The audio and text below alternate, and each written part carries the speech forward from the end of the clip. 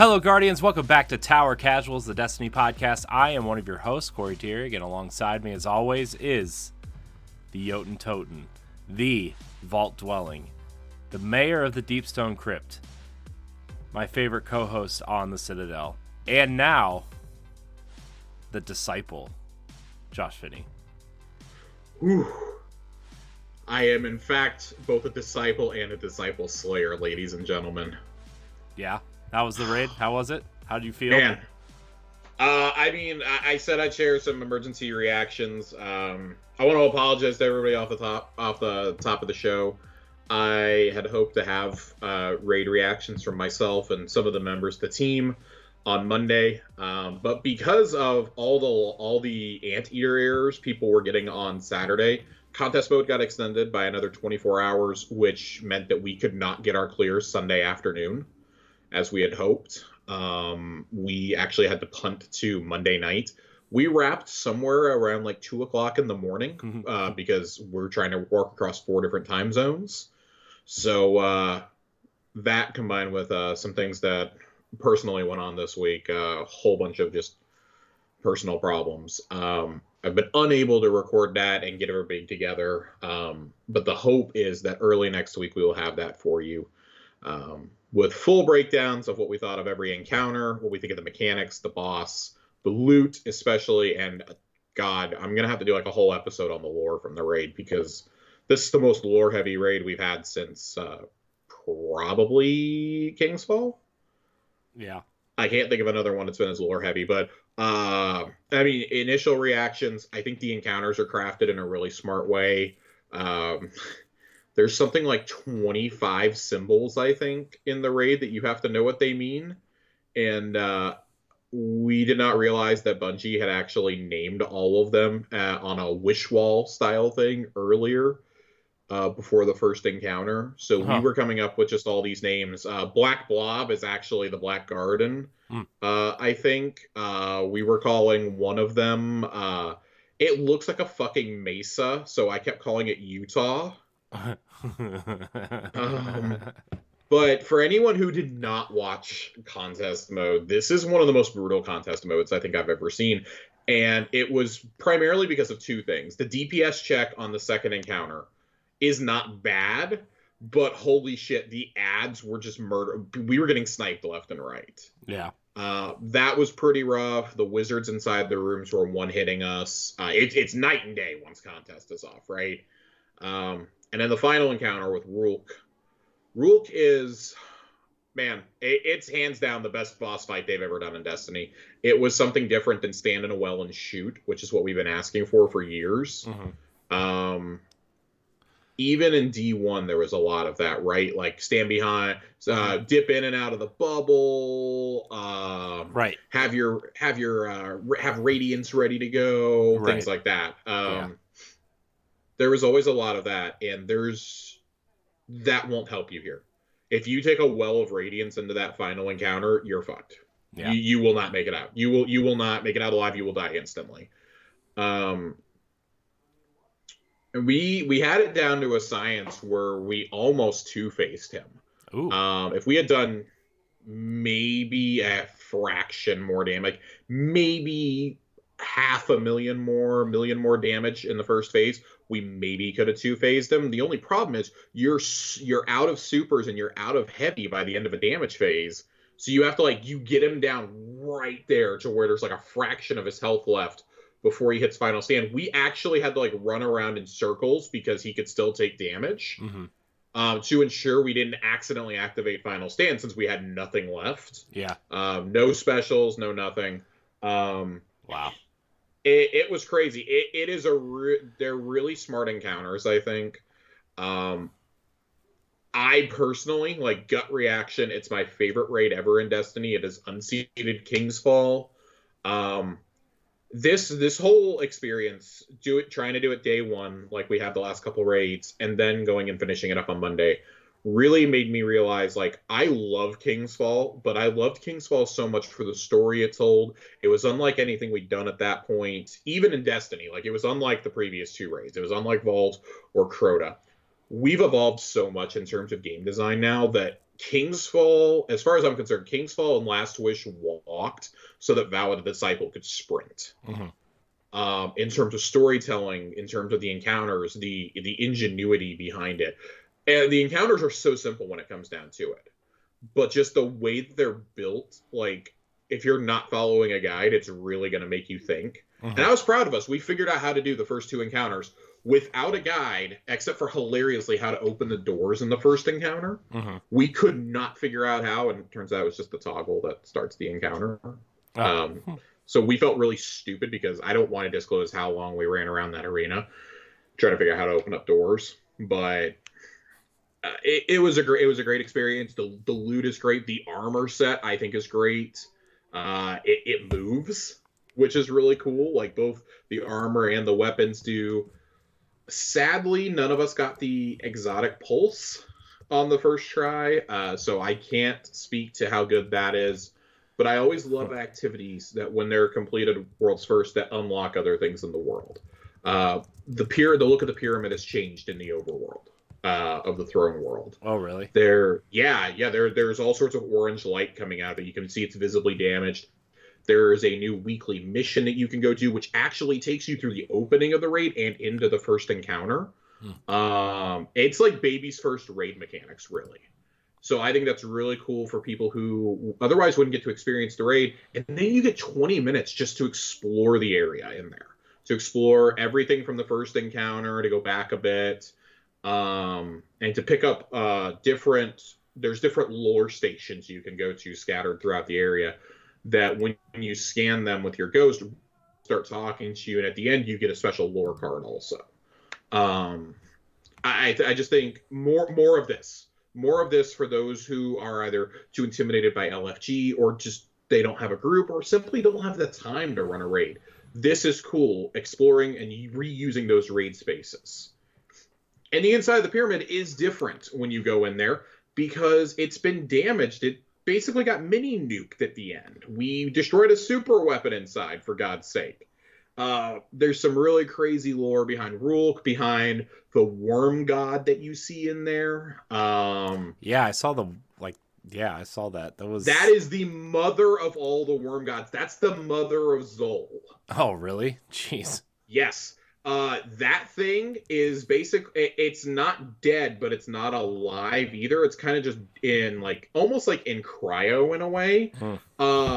But it is so scared of Rulk. Rulk there's this giant bone you see when you walk into the first encounter. That is a bone from the Leviathan of Fundament. And he uses that to beat the shit out of the worm god and make it submissive, essentially. Wow. Yeah, this guy, this is the most powerful creature we've ever faced in the series. He is more powerful than... He makes Oryx look like Crota looked next to Oryx. Oh, God. That's how this is. Yeah. This dude, you get the sense during the boss battle, he's fucking with you the whole time. He's trash-talking you and all this stuff. He's like, oh, look at that. You made me bleed. Right about the time you get him. When he goes to final stand, you see that 10 seconds is a glimpse of what his power is, because that's the only time he feels threatened by you. Even then, I'm not completely convinced he's dead. This dude is the second most powerful creature in the universe behind the Witness that we know of. And, how they come to me, it's just an insane story. We're going to need, a 6-part lore corner to cover this guy's story. Wow. I got what we're going to cover a lot in the back half of this season. Because it's nutty, and we're surely going to keep finding out more. They took the storytelling in this expansion, and especially with this raid, and just dialed it to 11. It's wild. Wow. So I can't wait for everybody out there should make an effort to do this raid. If you don't feel it, if you're not the appropriate light level, you will be in trouble. This is one of those where that and what is the light level are needed for the normal one? So it says 1520. Oh. And I think that's misleading, personally. That sounds like, hey, you're going to get through the first encounter, and then you're going to struggle the rest of the way. I would say 1550 is appropriate. And the only reason why I say 15-20 isn't appropriate is because, of course, remember, in raids, things do scale up. So that's what the opening encounter is at, and you add 10 for each. Right. So the final boss, so Rulk is at, like, 1550. And I would just encourage, like, anybody who's going to go in there, like, you will change your loadout a lot throughout this raid. What you use in the first encounter, probably it's not what you're going to use in the second, third, or fourth. We found that Outbreak actually did a lot of damage. Yeah, I saw you when you were posting. Dado was doing it. Yeah. Oh, by the way, I got the Outbreak Catalyst. Absolutely essential for ad clear. One person can hold down the entire second encounter with an Outbreak with the Catalyst completed. Yeah, so I've been working on that this week. Yeah. Because I actually found it's like a dad Destiny raid group who is like a chill. They're like chill, and they only play at certain times, like when I'm available. So like we're gonna try it probably next weekend. So it's crazy. I've never recommended an activity like I do this. Yeah.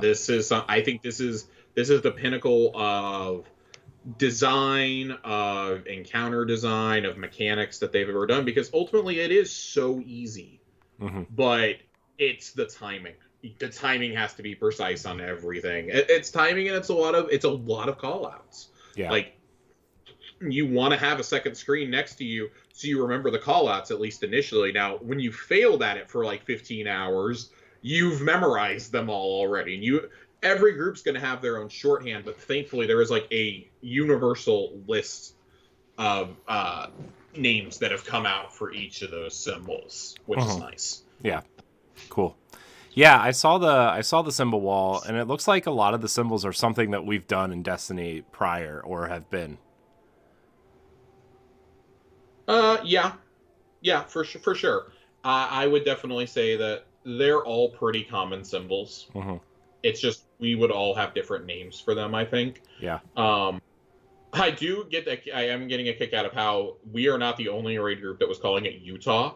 There were a lot of other people when I was watching their attempts screaming Utah, which made me very happy to see. It was like some slight vindication, because I don't see it any way how that's the Black Garden. Well, I mean, I know why it's the Black Garden, but I don't like it. But we're not going to sit here and dwell on the raid all day. Corey, we have a lot of stuff to talk about tonight. Yeah, we do. I'm very excited to talk about Destiny. We haven't even covered like half of the expansions. So that we're going to dive into some of the secrets of the throne world tonight after we hit the TWAB. There's only a little bit in the TWAB this week. Mercifully, thankfully, it's a small TWAB. I apologize. I'm really congested tonight. So, I mean, of course, you're going to see there's some stats on the Vow of the Disciple raid. Total players that entered the raid during the first 48 hours was 500,460,000. Wow. About half of that cleared the first encounter. Less than half of that cleared the second encounter. About half cleared the third, and then about a third of that cleared the full raid. There were 32,621 unique players that cleared the raid in that 48-hour time span. We do know that the vast overwhelming majority of those were cleared on Sunday, that in the first 24 hours, only 900 fire teams made it through. And the rest of those stats are obviously because we had a full 48 hours to do it. Right. I do agree with what a lot of the community has called for, though, which is once World's First has happened, make contest optional for people. Make the normal raid available then.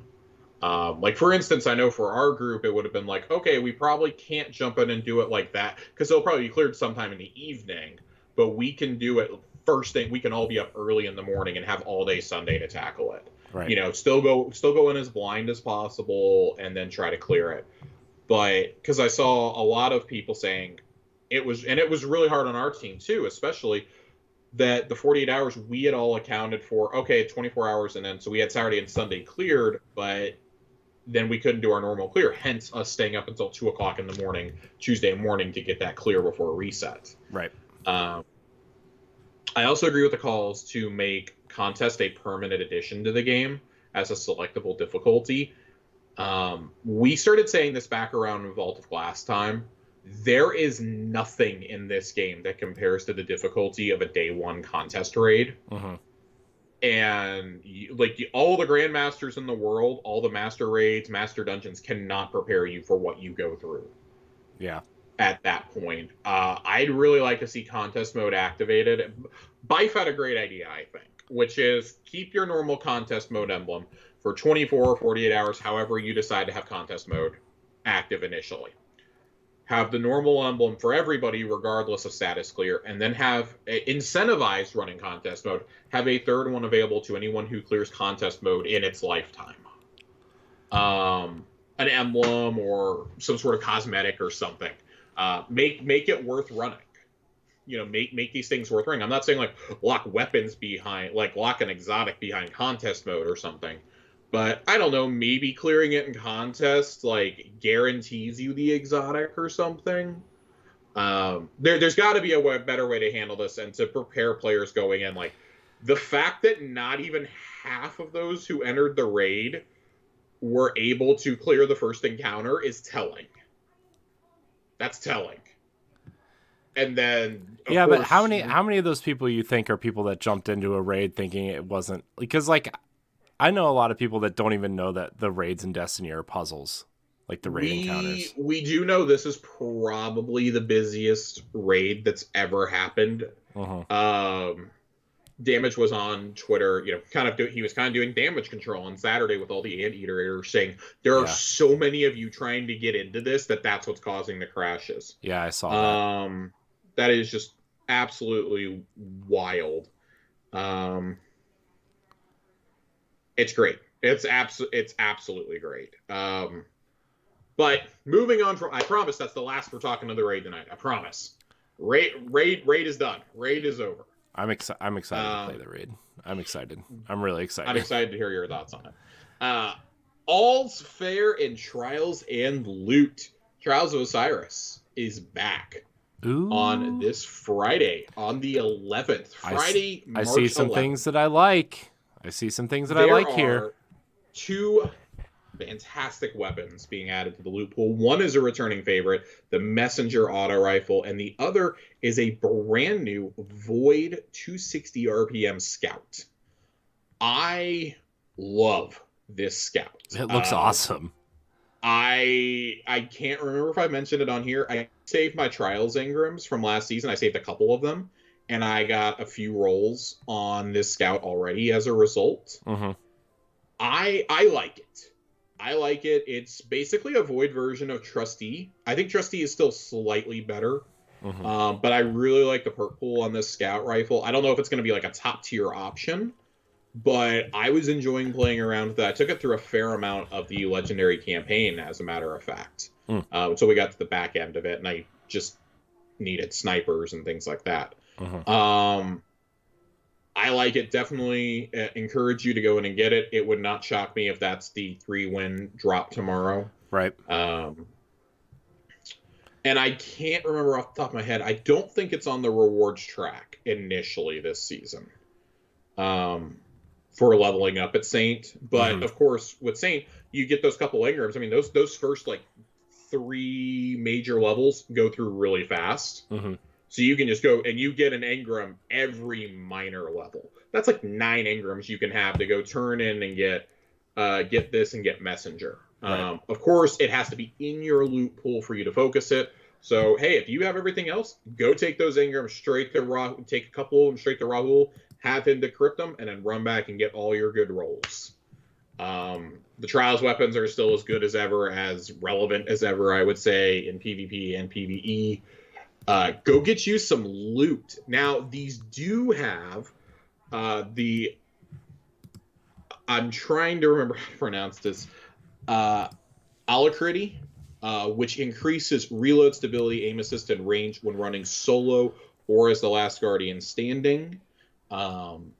I personally think that's great for things like Master Lost Sectors. Master and Legend Lost Sectors, I think that's good there. Or if you're trying to solo some of these story missions. That probably comes as quite a bit. But you also have the one quiet moment trait, which grants increased reload speed when not in active combat. When you have something like this scout rifle here, it's almost instantaneous. It's pretty great. Yeah. Aisha's Embrace. There is a combo we're told here to watch out for, such as triple tap and 4th times to charm, which is the one I'm chasing right now. And then tunnel vision multi-kill clip is another one.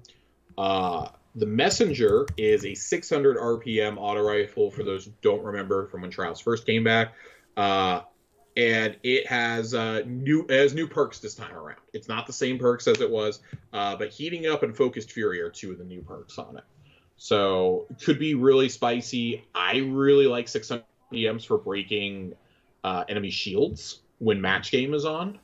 So having a good solar option there when we already have things like the new the new arc auto rifle this season, which is essentially an arc chroma rush, and you have old favorites like Gnawing Hunger to fill that void slot. It's pretty great that we have one now, and as well as the stasis one, the Vice stasis auto rifle. Mm-hmm. I love that auto rifle. By the crate, way, the crate. Yeah. You now have one for each element, so that's great for your match game needs. Cannot recommend getting good rolls of these weapons enough. Especially Void 3.0 with that scout is really, really fun when you get the volatile rounds going. It's great. Iron Banner. It comes back on Tuesday for the first time this season, so that means Trials will be back for a week, and then it's going away for a week. Yeah, that sounds about right. To get Iron Banner, all 6 weapons in the Iron Banner pool will have the Skulking Wolf trait, which activates during the hunt with enhanced radar and removal from enemy radar when you land final blows. All returning Iron Banner weapons will have updated perk pools, including the new perks from the current season. The 2 new weapons are a 180 precision hand cannon called Frontier's Cry, which may be just like the ugliest fucking gun I've ever seen in this game. It looks like a little, not even a flintlock pistol. It looks like a flintlock version of the little tiny pistol that Tommy Lee Jones gives Will Smith in Men in Black. Mm-hmm. This is like the Assassin's Creed 3 version of that gun, I think. It doesn't look great. Includes perks such as Steady Hands and Compulsive Reloader, plus Iron Reach, and then the sword. I love the look of this sword. I also saved my Iron Banner Ingrams, and I got one of these swords out of it. It is the same frame. It's a Vortex frame, and it's Void, the same as Falling Guillotine. It looks like a lightsaber, though, when you see that Void edge on it. It looks cool. It looks really cool. I like it. It's one of my favorite designed Iron Banner weapons ever, I think. But you get you can get things like Wellspring or Unrelenting, and then Chain Reaction also rolls on this sword, which I'm very excited to see. I really like swords. Of course, I'm still clutching my God-rolled Falling Guillotine, even though it's not OP anymore. I still leave it in my inventory for absolutely everything. I like it. And then there's a little note here at the end for all our PvPers. We have a new map coming up on the horizon, but we're not ready to talk about that yet. We will be talking about that at a later date. That is the new map for next season, I believe. This season we got Vostok and Eternity back. I'm already tired of seeing Eternity. I've played it like 7 of my 10 matches have been on that map already. But Vostok, very excited for that, especially for some momentum control and for some Iron Banner.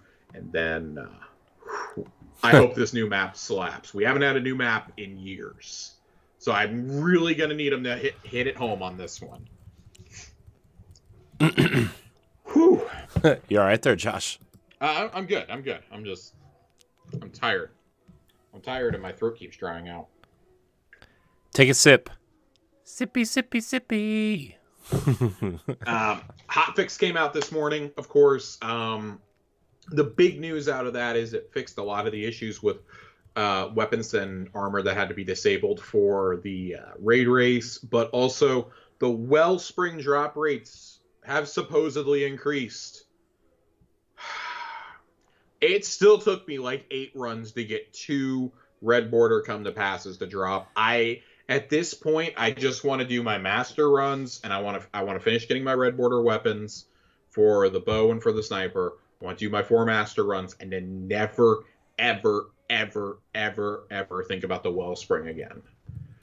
What should be a fun activity has turned into an absolute nightmare for the vast majority of us, I think.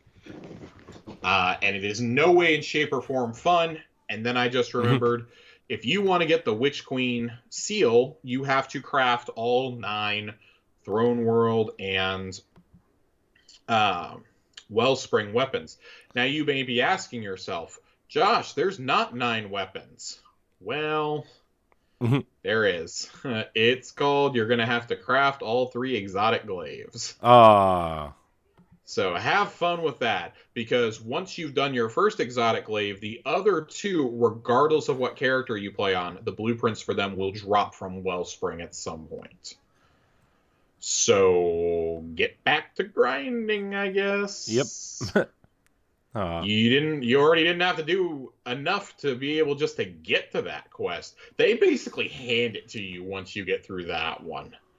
Let me tell you, that's the one most of us have been stuck on since like day 3. They just kind of hand it to you at the end. Yeah.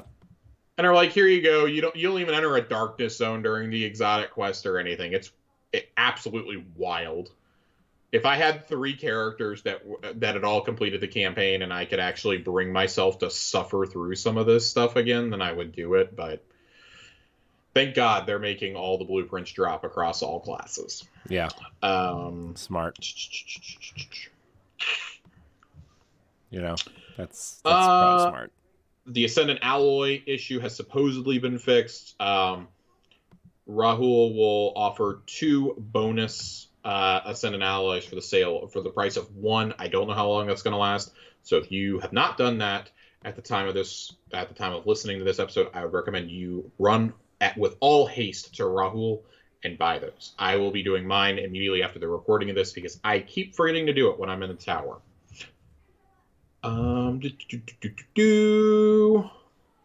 name changes. They're available. Yeah, I finally did it. One time only. I did it. You can change your name. I did it. I also did it. I also updated my name. Mine now just matches everything else that I do in the world. So I changed mine. I have had the same Xbox gamer tag since I was like 14 years old. I have not changed it, but I decided I wanted to change my Destiny name to be more in line with the personalization I've gotten on my jackets and things like that. And just to make it simpler for call-outs. I used to be Captain Cakes. My best friend is Mr. Cheeks. It gets really confusing when you're in LFGs trying to call it Cakes and Cheeks. And both of us end up running to the same place. I've been there. And we've caused a number of wipes. So I just made it easier on everyone. I've rebranded myself Finn. That definitely happened when we were all playing Vault together at one time. Yes, it happens quite a bit. Somebody was calling you out to do something with the relic, and you were actually in the room taking out enemies. So it was pretty funny. I've been there. Yeah, it's happened. And by a good time, often. I mean a bad time at like 1:30 in the morning. It's a bad time, especially in Vault when you've been running that raid for 7 years. It's not great. It's absolutely not great. And then to close out, a couple weeks ago, we talked about at the top of the show the unfolding invasion of Ukraine and the human rights abuses that are happening there as a result of the invasion. Bungie announced right around the same time that they were going to, the first 48 hours of their Gamers to Give charity initiative, that they were going to donate that money to Ukrainian relief. And I don't think they don't tell us how much was raised here, but they did make a special emblem. Everybody can go redeem this code. It's a blue and yellow emblem with flowers on it to kind of symbolize Ukraine's flag, obviously. The code is listed in the TWAB, but we'll go ahead and give it to you here. JVGVNT GGG. I cannot pronounce the Ukrainian word here, but the message that says here, we humbly tried to exemplify the hope and courage that has been so emblematic of the Ukrainian people during this impossible time. Alongside Ukraine's coat of arms, impressionistic sunflowers, Ukraine's national flower, populate the peaceful countryside, a metaphor for hope and our way of expressing solidarity. This is far from the first time Bungie's done something like this. Of course, the Australian wildfires a few years ago. They made one of the best shirts they've ever made for that. Heck, one of their original charity initiatives way back before Halo 3 even was Fight the Flood when Hurricane Katrina hit New Orleans. So Bungie's no stranger to charity initiatives and to humanitarian resources. You get what I'm trying to say. They're no stranger to those sorts of Herculean efforts that they require. So any amount of solidarity or help that we can give to the people of Eastern Europe during this time, I'm sure is appreciated. And of course, we've already told y'all how we feel about that matter. Yeah. Definitely hits home. Yeah. I know, especially for you and your family it does, Corey. Mm-hmm. And for some of our listeners too. Yeah. So hope everybody's staying safe. It's indescribable. Mm-hmm. Yeah. So hope everybody's safe. Yeah. We do have, as strange as it may be for us to abruptly change topics from that, we do have a lot of happenings in game to talk about.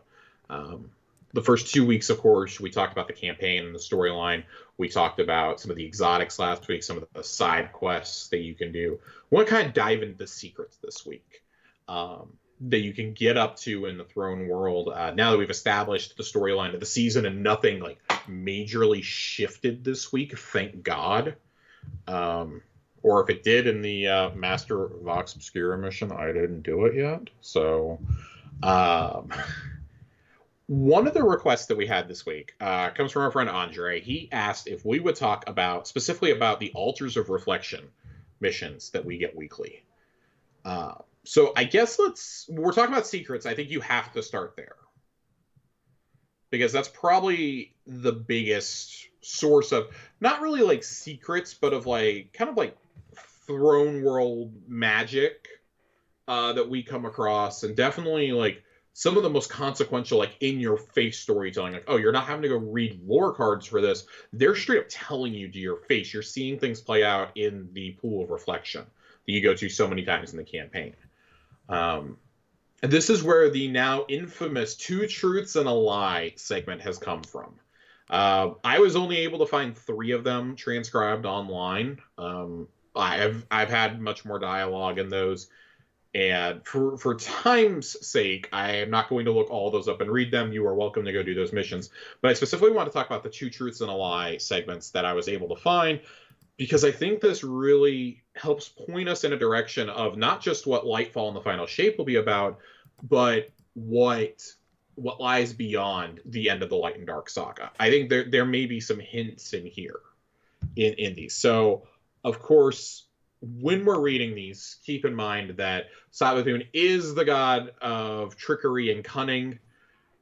Just because she says it's 2 truths and a lie doesn't mean that it's not all a lie, or it's not all true. She likes to play games, as we've found out over the years, and especially with her stupid little puzzles you have to do with the goddamn hive symbols. I think we're all tired of seeing the ones that come up on the columns, at least. When you have to jump through them, it's not as bad, but man, when you got to find the 3 that all match throughout the room, that can be just fucking tedious if you don't know what you're looking for, or if you don't get how it works. So let's go ahead and let's jump into these. I gotta pull up the correct window here. But some of the dialogue. So I have 3 of these, and I'm trying to go from So we're gonna start from as far back as I can find, which is about 10 days ago. The Pyramid Blade is the key to defeating the Witness. The Witness seeks the Final Shape, and the Final Shape is nothing. The Witness will build his army on Mars. The last city is not the last city. I mean, like, just right there, like, right off the bat, you have a plethora of implications here. So, like, yeah, is the glaive meant to be the weapon that we kill the Witness with? Like, I find that hard to, given some of the lore that we get in Vow of the Disciple, I'm inclined to say that I was already going to say it was false. I'm inclined to say it's definitely false now. I mean, unless there's like some like exotic super one that you get in the final shape as like almost like a sword, the way that, you know, like when Hive Knights drop swords to, like, you know what I mean? I was gonna share this sentiment in the raid recap. I'm actually just flabbergasted that the raid exotic was not the exotic glaive. Yeah. Because the legendary glaive that drops in the Vow of the Disciple, that is Roolk's glaive that he uses. Oh, really? Why on earth is this a legendary and not an exotic is what I wanted. Are we going to make an exotic version of this and like, hey, bitch, you want to be a weapon? We're going to make you a weapon. Like, we've done it to Oryx. We did it to Zol. We really want to do it to Savathun. Could you be a stand-in, maybe? I find it really hard to believe that was not the first exotic glaive, but I get it. They wanted one for each class. It was a unique opportunity, even if the exotic glaives are just the most underwhelming thing I've ever used. I feel like that first one has to be a lie, though. I feel that... Sorry, I've seen how my glaive fared against Roolk. This ain't it. This ain't it. He's not even as powerful as the Witness. That blade's not the key. The Witness seeks the final shape, and the final shape is nothing. I'm also inclined to believe that this could be a lie. This one and the next one, I'm not really sure. The next one, of course, is the Witness will build his army on Mars. I'm not sure which one of those is the lie. One of those is for sure a lie. One is for sure a truth. I lean more towards he's going to build his army on Mars, just based on some of the quest dialogue that we get during the exotic glaive and some of the lore that we kind of uncover through the raid and before, both, you know, during and after. Right. There is a clear reason why the Witness wanted Mars uncovered, like why he gave it back to us, and he was pursuing the relic. He wants the relic. He wanted to do something with it. We find out we don't know what it is, and I feel like that is a mystery that will unfold over the next couple of expansions and seasons. And then, of course, the final one, the last city is not the last city. I would say that's true. I'd say that's 100% true. Oh, yeah. I mean, we not only do we know from last week's lore, with Lord Saladin in last week's cutscene, but just we know there's other settlements. Like Felwinter's Peak could qualify as one. Yeah. For God's sake.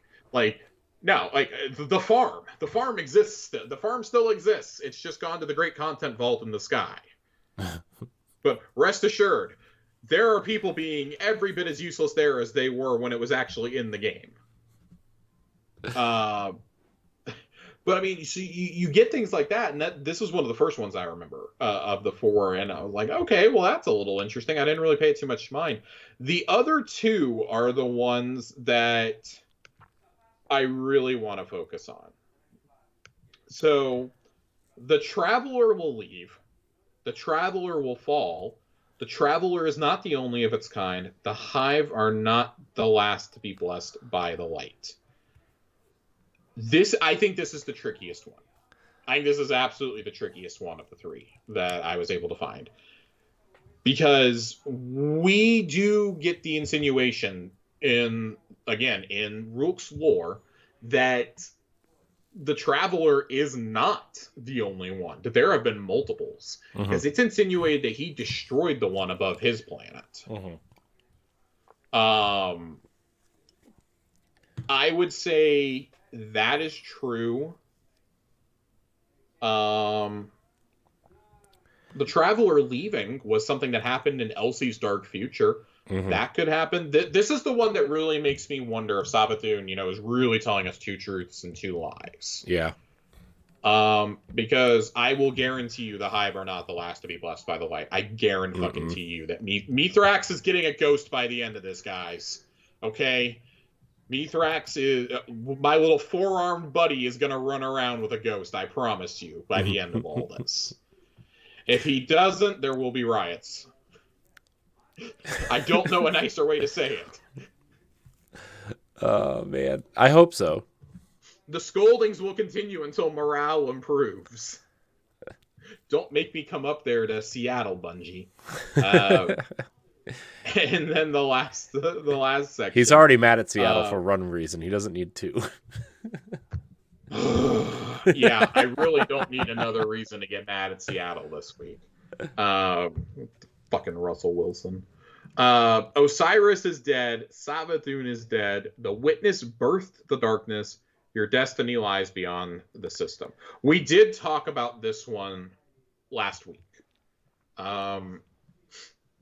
Yeah. I kind of still I go along the same thing. Savathun is dead for now, yes, but I don't think she is for good. Osiris is dead. That's false. The Witness birthed the darkness. Yeah. Oh, go ahead. Oh, I was gonna say we know Osiris isn't dead, right? I mean, he's just kind of like in a. He's basically comatose. Yeah.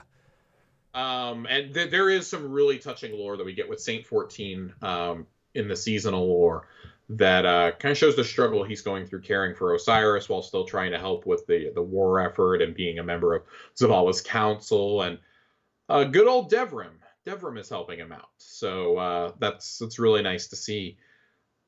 I would say Witness Birth the Darkness is false. I would just say that he's kind of like the chief entity on the chessboard for the darkness. So to speak, he's the king. If Rulk is the queen, he's the king. Much like I kind of envision that our guardian is the king and like Marasov or Ikora is the queen. And how we react to things and wield things. Your destiny lies beyond the system. I mean, that's just straight up true. Yeah, I mean, yeah, we've been talking about that for a while. That is, for me, the biggest indicator that we are leaving the solar system, either during Lightfall or post-Lightfall. Part of me would love for it to be during Lightfall to start establishing other galaxies. Not even other galaxies, but other systems within the Milky Way. Right. But at the same time, the rest of me is like... that would be like a really cool way to like start fresh though, like after the final shape, right? Yeah. Like to kind of escape what happened, we have to, jump to another solar system or another galaxy or something. I want to use this to kind of I know we've spitballed, and I don't want to spend too much time on this because there's so much more content to come between now and final shape in 2 years, right?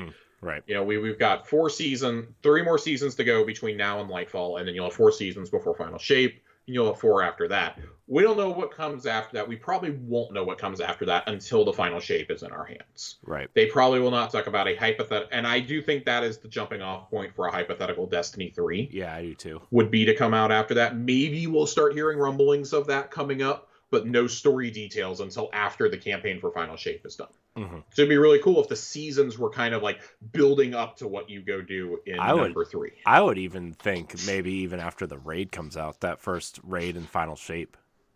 I think it'll have to be after the raid because come on. It's got to be a done deal that we're fighting the Witness in the raid. Does it though? I mean, we thought we were going to find... I don't think anything's a done deal. I mean, we thought we were going to see Xivu Arath at some point, and Xivu Arath's not mentioned at all. Hey, there's still a raid to happen next year. Like, again... No, I meant if you want to know my thoughts on Xivu Arath, listen to the raid episode. I have conspiracy theories about Xivu Arath. I want to know now, but... So, the long and short of it is Rulk is he's the first disciple. Right. But we find out through the lore that he was at Fundament when the corruption of Sathona happened. He was part of the reason that the worms were given to Oryx, Savathun, and Xivu Arath to begin with. I believe, if I'm interpreting the lore correctly, when you are made a disciple, you are either the final like the perfect version of your race, which I think is the final shape technically. You are like your image perfected, or you are just the single most powerful entity of your species. Right. I think that they have positioned Xivu Arath because we know that Rulk was on the throne world and he'd been there for years and years and years, basically spying on Savathun for the witness. Yeah. And when Savathun came back and was resurrected by the light, she sealed him with a spell of light that was not broken until we went in. Right. We canonically went in there and kind of fucked everything up. He was basically trying to detonate a super weapon once we started coming in. Right. Like the whole boss arena we're fighting on is essentially a super weapon. So you go through all that, and if you're looking at this logically, like, okay, who are the potential disciples? Because just because it's a pyramid ship does not mean there's a disciple in it. That is established. Right. So the European pyramid, if that's there, that does not have a commander. It clearly came searching for something. I think it was there to seek out Aramis. Yeah. I think it was there to seek out Aramis. The moon pyramid, clearly whoever was the disciple there abandoned it long ago. Or it just never had one. I kind of believe that Eris has been corrupted and potentially ends up as a disciple. We know she's the leader of the Black Fleet in the future. That Savathun does not receive the light in the dark future, and Eris instead takes her place and leads an assault on the tower. Right, because she becomes the Witch Queen, technically. She does. She does technically become the Witch Queen.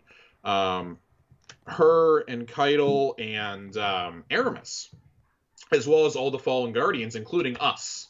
We are there at the assault on the tower because Elsie was not there to basically guide us on the path for stasis. Right. We know that Mara has seen visions of her becoming a disciple in a dark timeline. Which would make sense, technically. I mean... Right, because she would be the Awoken representative. I mean, you could see... You don't think Zavala could technically be an Awoken representative? Nope. Mara's power is so beyond any other Awoken. At this point, I mean, Mara literally walks between light and dark. Right, but she has her own throne world. Like, having a throne world, you have to be so immensely powerful for that. The only ones who have a throne world that we know of that are not basically the hive gods are us and Mara. And that one weird Scorn captain that experimented with hive magic. But that's about it. I do not think Zavala would be one. I was just thinking, like, just to like throw a not obvious wrench in the I mean, of course, anything is possible. Like, I won't write anything off. Anything is possible. I believe Clovis was being explored to be a human one at some point. And I mean, the pyramid still very likely could be there for Clovis Bray. Clovis Bray could load himself up into an exo body and go march onto that pyramid. Remember, he did build the portal on Europa because he was told by the darkness to do it.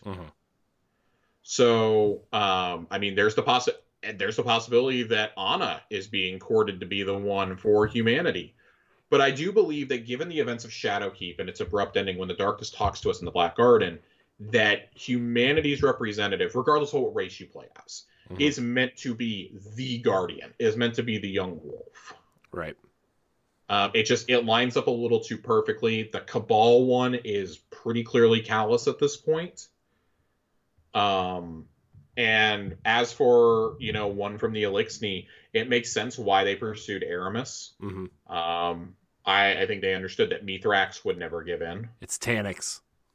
Dude, if it's fucking Tannix, I'm gonna die laughing. That would honestly, if I'm the witness, I'm just admiring how many times he's been killed by the Guardians and just keeps coming back. Yeah. Tannix is the final shape confirmed. Yep.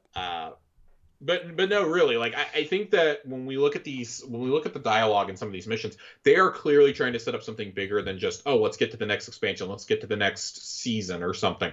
They are laying the groundwork. Like the investigation board, you still don't know when you finish all of it. You know what Imaru was going to do, but he's eluded capture again, they say, and they're going to keep an eye out for him. I think we're going to keep interacting with that evidence board for a long time to come. Like, his part in this story is not over. Anyone who calls themselves daddy in actual canonical dialogue is not going away that easily. I mean, I personally think it's that he resurrects Savathun, and it like we speculated the last couple of weeks, like an enemy of my enemy is my friend situation. Mm-hmm. What if it's the inverse of what we saw happen in the dark future? Right. And Savathun and her brood actually help us. Like, the Cabal and the Elixni Alliance is just the beginning. Like, what if we bring part of the Hive? Because the Hive were meant to be blessed, and you learn everything's a manipulation for them. They were deceived. They've been deceived for 30,000 years. And they had a part to play during the collapse and all this stuff. Like, we know that Rulk is trying to figure out exactly what happened during the collapse. There's so much, and I love that they're doing it, that they don't just do it in the lore. Like, in his taunts in the raid, you're understanding that. You're getting actual dialogue from Savathun here. And if that makes it harder for me to go find, I'm okay with that, because I'd rather it be spoken to the player so they can absorb and understand it. We can have these discussions. You know, we talk about how much we like the holograms and the audio logs that are in the helm for storytelling purposes. And it's not just our ghost narrating the story. And I think that's what I love so much about this. Like, this is another way of that happening. Our ghost just shuts up during it. Mm-hmm. Thank God. And it's Savathun's memories speaking to us. So I hope that kind of sheds some light on those mysteries. I think they're the most fascinating in the game. You know, finding those doorways and things like that and being able to do them. It's utterly and completely fascinating to me. The puzzle room, less so. I really hate that we have to do that every time. But I think they're cool. They're infinitely better to go do than the Exo challenge. Like, maybe if they change the dialogue in the future on these, I'll go through and play them again. Or if they can always cycle in new ones now. Like, this is something where you can add to it over time. Mm-hmm.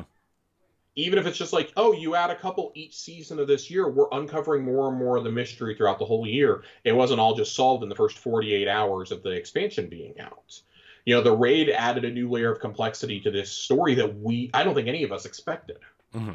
So if we can keep doing that in things like this, that's awesome. I mean, some of the lore cards that you get from the Lucian Moths collectibles, and you start reading those. We're actually going to read 2 of those pieces for Lore Corner tonight, the 2 from this week, because I think it's important to read those to understand Fynch as a character. Mm-hmm. They are narrations of Hive ghosts and their feelings towards humanity, towards the Traveler, towards the Hive. Like, they were excited to resurrect the Hive because the Guardians weren't getting the job done. The darkness was still coming. Like, Fynch notes that after what happened in the Red War and what happened on the Tangled Shore, like, it wasn't just that I lost faith that I was going to find my Guardians. I was losing faith in humanity.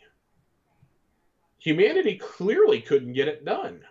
Someone else had to come along. And the more and more that we read this lore and we find these collectibles and we start reading these lore cards, the more I really wish the exorcism mission really would have happened back in like October or November to give that time gap that clearly passed in universe.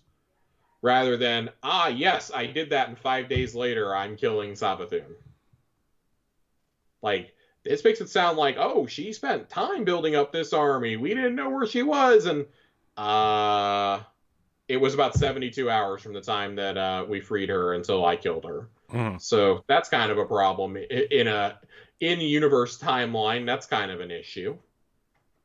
Yeah. You know, like, her ghost is talking like he's been giving orders, for months or years at this point. It's very bizarre to me how that specific plot beat was handled.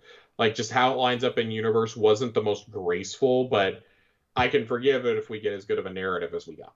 Yeah. Ultimately. Some of the other secrets. Have you seen these little darkness rifts that you can close? Yeah. You have to damage yourself with the parasite launcher and then shoot like just a single burst of any weapon to close it. Yeah. They don't really do anything other than give you triumph score. There's nothing tied to it. But when you get enough triumph score under the secrets page, that's how you get the Shrieker shell, the Fundament shell for your ghost. Yeah. I unlocked that tonight. It's It's really dope. I really like it. Um, I mean, I was gonna go do all this stuff for the title anyways, but finding some of those is just weird. There's one that's bugged out on the bridge where you do the wellspring activity. Mm-hmm. There's one kind of up the building quite a ways, and there's apparently a glitch where it's invisible for some people. So I had to look at a guide to find out exactly where it was, and then I took a trial shot and it said immune. So I was like, okay, now I know where to line it up. But everything looks the same, so you have to like find it. You have like 5 seconds to find it really quickly. Definitely should have taken a friend along for that. Yeah. I mean, you things like that. There's we talked about the investigation missions a little bit last week, I think, where you can find them with the deep sight, and eventually you'll find hive light bearers, and you'll find more clues, and that'll eventually lead you to an executioner's horde once you get like 9 qualicore. I really wish that you got like decent drops out of it. It's really not worth it except the triumph score. But it's a cool idea that I think, again, like a lot of open world things, were pretty poorly executed. Mm-hmm. But the deep sight, I think I'm actually encouraged to go and like try those puzzles out in areas that I've never been to, because let me see what happened here. Let me see where I get to, even if it's just a little chest. Like, I still think that's kind of like taking the concept of what we did in the Dreaming City, and this is like that 2.0. Mm-hmm. Yeah. The memories kind of feel like the Ascendant Challenge 2.0 in a lot of ways. Yeah. I think that's a lot of fun. I think the lost sectors are great. The lost sectors have been something like, there's been other parts of the game that have like kind of wavered, but I think the lost sectors have just gotten like, they sat down with Forsaken and were like, all right, we're going to make lost sectors something worth doing. Yeah. And they've just been consistently great. Like, for all the gripes I have about Shadowkeep, the 4 lost sectors were actually pretty good. Mm-hmm.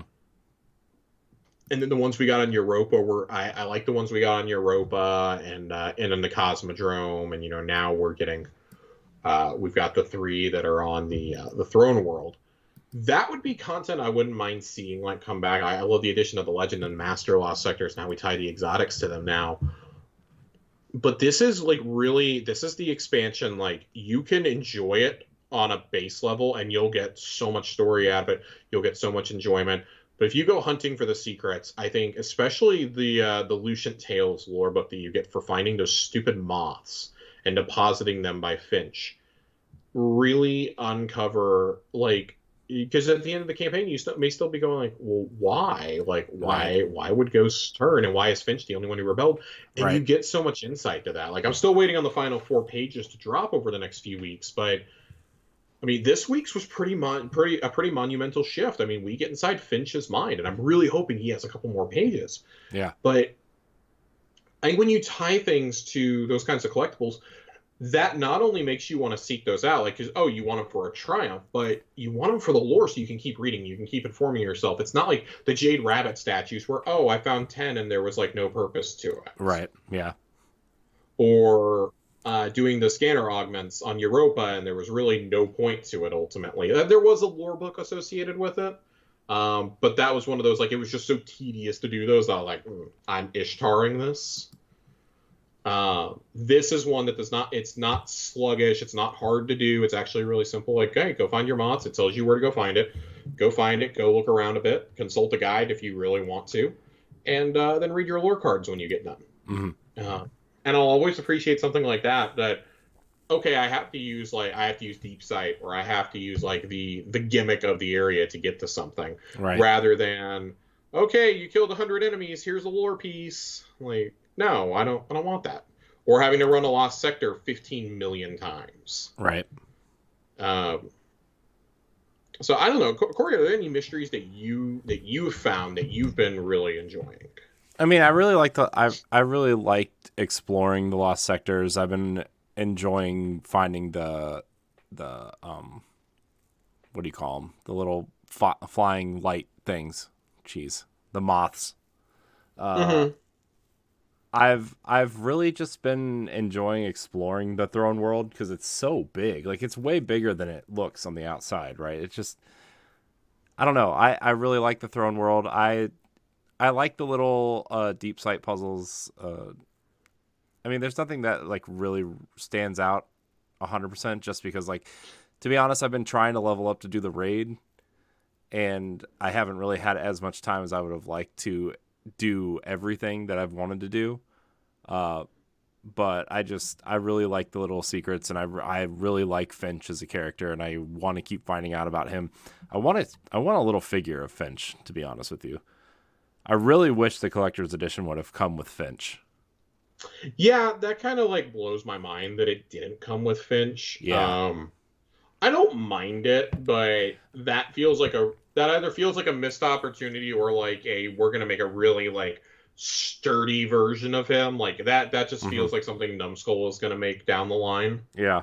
For like $60 or $70. And I mean, to be fair, I would probably buy a heavier version. Like this is super lightweight compared to the Peter Dinklage one that I have. It's very lightweight. Right. Which isn't a problem. Makes it really easy for me to be able to put it up on a shelf or on a narrow shelf and display it. But there's something to be said about, just like feeling like you have it, I guess. And like you could go for a bit more detail probably on these, but yeah, it is what it is. Like it's weird that like, are they going to do something more with Finch? Because like they didn't mention him in the marketing at all, or like give any kind of clue what like he was actually in this game or anything, right? Like there's just nothing surrounding this character, and like obviously the collector's edition would have been like the place to put him. But I mean, I guess if Numbskull might make a Finch statue, that's fine. But I don't know. It just it's weird. I think just weird. Yeah, I'm not really sure what they're going to end up doing here. But it certainly feels like, with how well received Witch Queen has been, maybe they were leery of doing it for, I don't know, fear of backlash to the character. Right. How were we going to receive him? And I also think putting him in the collector's edition would have spoiled the twist that a Hive Ghost was going to work with us. Yeah. At least here, when you do the generic one, it's like, oh, okay, cool, it's a Hive Ghost. I'm very glad that I didn't know about Finch beforehand. Yeah, but I mean, they could have just said this was a damaged Hive Ghost, too, right? They could have. I don't know. I think that would have kind of given up the ruse, though. Like, why is one distinctly different? Yeah. I'm waiting for the inevitable Hive Ghost stress ball that's going to be made, and just like it looked like it's bursting at the seams. I would love that. Yeah. But you know what, Corey? We're gonna take a trip somewhere that we haven't spent a lot of time at lately on the show. Let's do it. We're gonna take a trip to the Lore Corner. Lore Corner. Sorry. Lore Corner.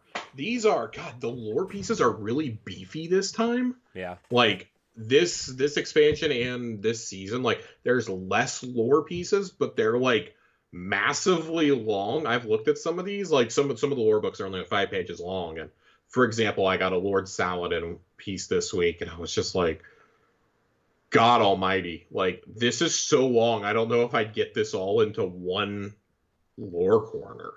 But we're going to do our best. I'm going to go through and, parse through and pick the good ones. Let's do it. There we go. Finch 1 from Lucent Tales. And this is all from Finch's perspective, by the way. This and the next one we're going to read. You got to understand, none of us came here thinking grand schemes. None of us.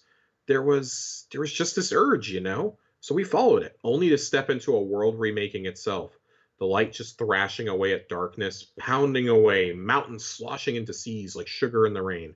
A Hive Throne world remade on a whim. I'm not what you call a believer, not after the Red War, not after the Tangled Shore, not after a lifetime of never mattering just because I wasn't half of someone else's whole. But that made me feel again. And then I saw him, what was left of him, lying there. Just this corpse, dead maybe, 100 years?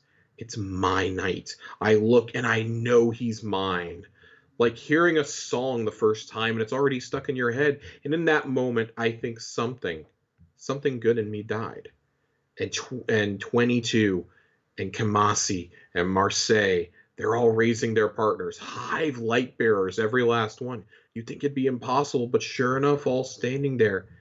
Ely, Quasit, Hatcher, Everyone's finding their purpose. There's Hive to the left of me, Hive to the right. I'm buried in them. And the whole time, every ghost I ever knew is shouting, telling me, this is the Traveler's plan. Who are you to question it? And I thought, maybe they're right. Maybe I could see the light scouring a whole world right in front of me.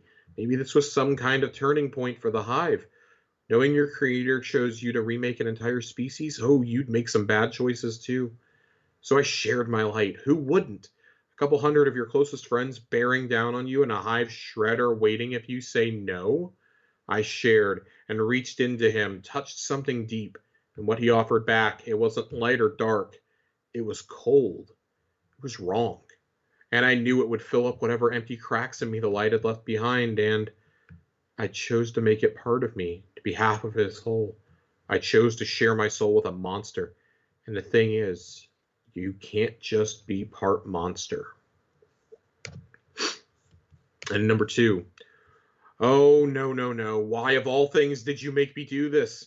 The Hive certainly weren't perfect. Actually, let's not mince words. They were straight up evil. But you, I gave you a part of me. I let you make me worse just so I could make you better. You were supposed to understand you were the only one who ever could. Why wouldn't you? Yeah, so really, this is your fault, not mine. I know, you don't want to be dead. I know that. You think I don't know that? I watched you shoot a guardian and her ghost dead. All because I could hear you in the back of my mind needing me to bring you back. And I listened to the others, then to you, to everyone except myself. I didn't expect miracles, but I expected something. Yes, you're dead now, and I can hear you, but I can't. Don't you get it? I just can't.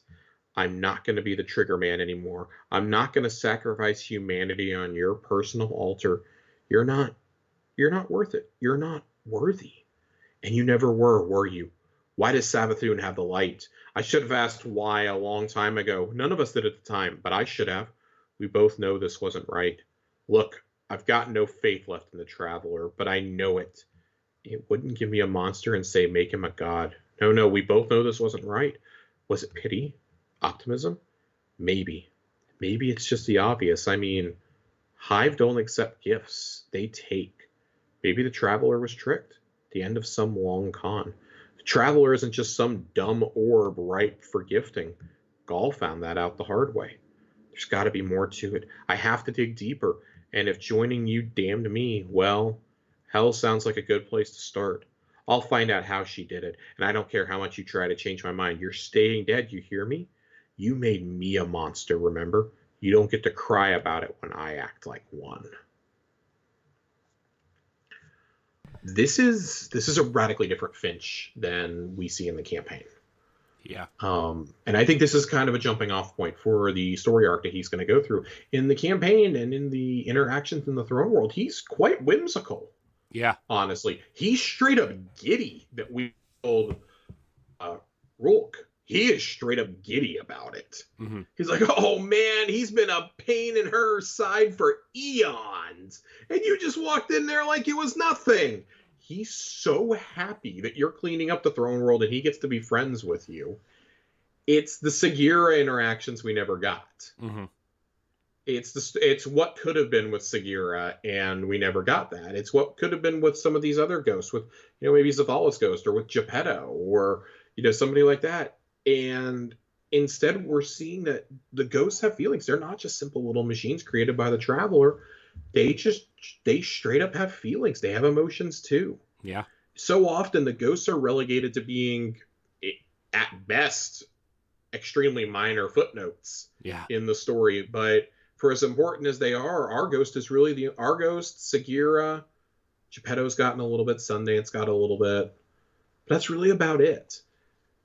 Until Glint. Yeah. Glint and now Fynch really have, I think, expanded the ghost lore so much. Like, Glint used to be pulled pork. Like, we knew about him in the lore that he had been searching for his guardian for so long, and the answer was he couldn't get to his guardian because Uldren was still alive. Yeah. And, there's only been ever one recorded instance of somebody being alive and getting a ghost, and that's Shin Malphur. Yeah. But you have to wonder, so things happen to these ghosts to make them the way that they are. They have real emotions and feelings. They're not just meant to be straight up good all the time. The fact that Fynch can resist the pull and the temptation of resurrecting his guardian is astounding in and of itself. Yeah. Because we know, like, Drifter keeps his ghost tucked away. Yeah. We know that the Dredgens, their ghosts have crossed over and they're committing acts with them. Mm-hmm. We know the fallen guardians that have come to stasis, that their ghosts, serve them basically. I mean, look at the story of Gilgamesh and Catabai. Gilgamesh fell to the scorn and ultimately betrayed Catabai. Mm-hmm. Kept resurrecting him to be executed over and over and over and over and over again until they just killed themselves. And if there's one thing that's come out of like the last 2 years of storytelling, I would say since Beyond Light, it's really been that we're going to continue to get more and more of these ghost emotions. We got so many of our ghosts during Beyond Light and then during this campaign as well. And the things that, that Ghost is shouting, you killed my friends. It's a little goofy, but it's true. Like and then you have Sabathun's ghost on the other side of all this. You have Imaru, and surely he's going to be one of the final tales, if not the final one. It'll be from his perspective. Right. But Fynch makes a comment that guy's always been a jerk. He used to go by a different name, but he's always been a jerk, basically. Yeah. Fynch and Argos both knew him. And he's always kind of been an asshole. This is the dude who is just... And God, you want to talk about a schemer. He may be a bigger schemer than Savathun at this point. Yeah, I mean, it kind of sounds like it. I mean, it also kind of sounds like they're made for each other at this point. Oh, they are. And I mean, your ghost is supposed to be, right? It's supposed to be a reflection of your personality. You look at the interaction between how Glint makes Crow the best he can possibly be, how Geppetto supports Saint, how I'm sure Fynch would have supported his guardian. It's my honest hope. I wish there was a way that he could pick another guardian, because I would really love for him and Mithrax to be buddies. Yeah. I think they would just both be in the party of we're happy to be here. Yeah. You really don't think that you don't think that that's going to happen at some point, where like these hive ghosts are going to, like, as they rebel, they choose new guardians to like fight against their old guardians at some point? I don't think you can do that. Everything we know about ghosts is ghosts have preordained partners. And we don't exactly know what else goes into that. The only ghost been able to pick another partner was Jaren Ward's ghost, who chose Shen. And we kind of get the implication that maybe you can res the wrong person. But that's never really been explored beyond just kind of a fleeting thought. And I think that's going to be an interesting topic for us to keep in the back of our minds as we head towards Lightfall, is, can a ghost change their allegiance? Yeah. We see here that a ghost is straight up refusing to resurrect their guardian. That's really the first instance I think we've ever had of that. Yeah, I mean, like, what if Finch leads like a rebellion of hive ghosts, right? I mean, what if they do that? What if he does that? I mean, I know that's kind of funny to think about, but like, what if he leads a rebellion of hive ghosts to find, guardian, like beings that deserve the light instead of the hive, I would like that. I just don't, again, like, as long as it's handled correctly, I wouldn't mind seeing something like that. I could definitely see it being a plausible plot point down the line. But I think the humanity of the ghosts and the character of the ghosts, like, what do they represent? If you consider the three main ghosts we really have in the story at this point, and Sagira is still impacting the story, so I'd really say the four key ghosts of the story are Ghost, Glint, Sagira, and Finch at this point. It feels almost natural that we would get you could probably add Imaru into that now, just because he's behind the scenes of so much, and we know that we're not done dealing with him yet. Yeah. I also wouldn't be shocked in a future storyline this year, and this is just me spitballing. I don't know anything. There's no leaks about it or anything like that. I wouldn't be shocked to see Geppetto take an actual, like, prominent role. Yeah. Geppetto's not super important in the lore, but if there was ever going to be another Jaren Ward Shin Malphur situation, it would be Geppetto going to Mithrax, I think. Yeah. If Saint decided he wanted to live like a mortal life with Osiris. Yeah. I could see that happening. But I think you would have to like expressly give your ghost to another. Yeah. And on top of that, the Traveler would have to decide them worthy, like on top of everything. Right. And then there's little doubt that the Elixni will be blessed at some point. The Traveler was above their planet, and then it fled because the darkness was encroaching. The Witness was coming. Right. And that's what caused the Great Whirlwind, as they call it. So their version of the collapse is the Great Whirlwind. Right. And we know, like, the Hive were originally supposed to be blessed, the Krill, at least, were supposed to be blessed on Fundament. So it feels pretty natural that at some point they're probably getting the light. I don't think the Cabal do. I don't think the Cabal ever will. If they do, I'd be pretty surprised. But it feels natural for Mithrax, and at least Mithrax and his daughter, to likely be blessed by the light. Him and Sigir at some point. Yeah. Likewise, wouldn't be completely shocked if Marasov gets killed and comes back as a Guardian eventually. Yeah. I think you can only use that card so many times, though, and doing it with Uldren, I think, would just undercut that. Yeah. I don't want the Ghost to be get out of jail free card for our favorite characters, right? Mm-hmm. But it feels like at least Mithrax, that would likely be a series long payoff. Like, we talk about things that could bridge the gap to a Destiny 3. Maybe in like the final expand, when the final shape is over and everybody's kind of what's left of the Vanguard and their allies are reuniting, Saint gifts Geppetto to Mithrax, and Mithrax is reborn. He's already the head of the House of Light. What if I've spitballed this several times. What if it's us leaving the galaxy with Saint, Osiris, and Mithrax and Keidel's fleet, and we leave. We go back. We go to their respective homes. We find some technology when we beat the Witness's fleet that allows us to jump between systems at a moment's notice. Right. Maybe we take them and maybe maybe we take Crow and Drifter with us. I don't know. What if the Traveler is like some sort of like almost like a mass relay from Mass Effect? If there are other ones. Yeah, I mean, there's so many different possibilities that you could do, and I would absolutely love it. I'm okay. I'm okay with this. Like, there's so many different possibilities, and I think lore cards like this really open up just for us. Look at how we started with this discussion, right? It was, could Glint ever choose, or could Fynch ever choose a different Guardian? And we're spinballing this into, oh man, we're going to board a shift with Drifter and Mithrax and leave the solar system. We're going to go to Torabal. We're going to go to Reeks. We're going to go to Reeksis. Like, there's so many different things you can do here.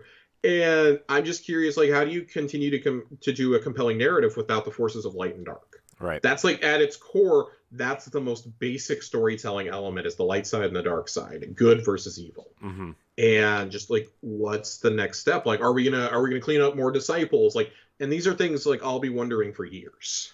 Yeah. Like, I'm excited to see where the story goes. I'm excited to see where Finch's story goes in particular. And I think this is gonna be something that we uncover either more throughout this lore book or more likely throughout the rest of this year. Like, I want him to be more involved in the storyline than Elsie was post Beyond Light. Right. Yes, we had the scenes with her and Anna when we were doing the stasis fragments and the stasis aspects, but then it just kind of like dropped off a cliff there, and we were kind of left with a cliffhanger. I want more. I'm selfish. I want more. I want Finch to be involved in some of the events of these seasons. Like, I want these seasons to be not just a continuation of Risen and, oh, we're building the Lightfall. I want them to be a continuation of what happened in the Witch Queen, rather than the seasons last year that largely ignored the events of Beyond Light. Yeah. We are at a point in this ongoing story where we cannot continue to ignore the expansions just because there's different teams. No, the narrative team is so in sync right now, judging by how Risen is spun directly out of the events of the Witch Queen. Right. I want us to keep going with that. I want to explore that. I want to see what happens with our allies too. And when's the next chapter of, the Splicer storyline? When's the next chapter of Rasputin? Like, that's something that's got to be squared away. Maybe if it's held off until Lightfall, I'd be surprised. But there's so many other storylines I think we have to address first before getting back to that. Rasputin's kind of the get out of jail free card. Right. So, but at the same time, like the witness just kind of like flicked his wrist and silenced him, basically just destroyed him. Yeah. When he silenced Mars. So what happened? Like we basically evacuated Anna with a flash drive. Like, well, she's the only one that listened to us, by the way. Yeah. So like, is there a possibility that, well, we know Vance is dead. Sloan is missing. Asher is part of the Vex network now. Does Sloan come back as a disciple? Like, there's so many things that can happen. You know, does she end up falling to the darkness? Like, there's so many things that can be dealt with here just spinning out of this one conversation and out of theories from the raid. And we're going to unbox them all here in Lore Corner. Yeah. As we go through the season, we're probably going to focus a lot less on seasonal lore, just to be super clear. Like, if it's important, we will get to it. You know, like the Saladin storyline, I think is especially compelling this season. Seems to be the main narrative. We'll do that. We'll do, you know, we kind of have another book of similar to things, Letters from the Front, that really catches up on the NPCs that may not be at the focal point of this season. I want to cover those, but I think it's really important that we talk about the kind of more hidden lore that you really have to go hunting for by doing activities or doing endgame activities, doing secret things. Because more often than not, that gives us a brief insight to what they may be planning for the next couple of years. And that's half the fun, I think, of an ongoing game, is trying to predict where we're going to go next. Right. So that is a very long lore corner completed. It's a good one, though. Yeah, I would say before we get on out of here, just you know, a note. I know normally by this point in a season or an expansion, we've had a lot of talk about the weapons. We haven't even covered anything outside of the exotics. I know. And it's just because there's so much content. It's not just surface level this time, and the season is worth experiencing, and all the lore and the raid lore and this and that. The current plan is probably the last episode of March will be when we do this. He doesn't know this yet, but I'm going to ask him to come join me. Our friend, our weapons master, our Crucible quartermaster, you could call him, A1 Johnny. I'm going to get him in here, and we're going to break down our favorite weapons. By then, everyone should have a suitable selection of roles 5 weeks in, from the Whirlpool, from the Wellspring, from the Throne World, from Trials, Iron Banner, the Raid, etc., etc., etc., all the exotics. We're going to break down, you know, some of our favorite perk combinations, the state of weapon crafting, which, i.e., it's not good. And we're gonna talk about, you know, what can be done to improve that, what can be done to improve weapon crafting, what can be done to improve drops, what are we really liking, what kind of combinations are we liking, how do you fit legacy gear in, things like that. So Captain, unless you have anything else to add, take us away.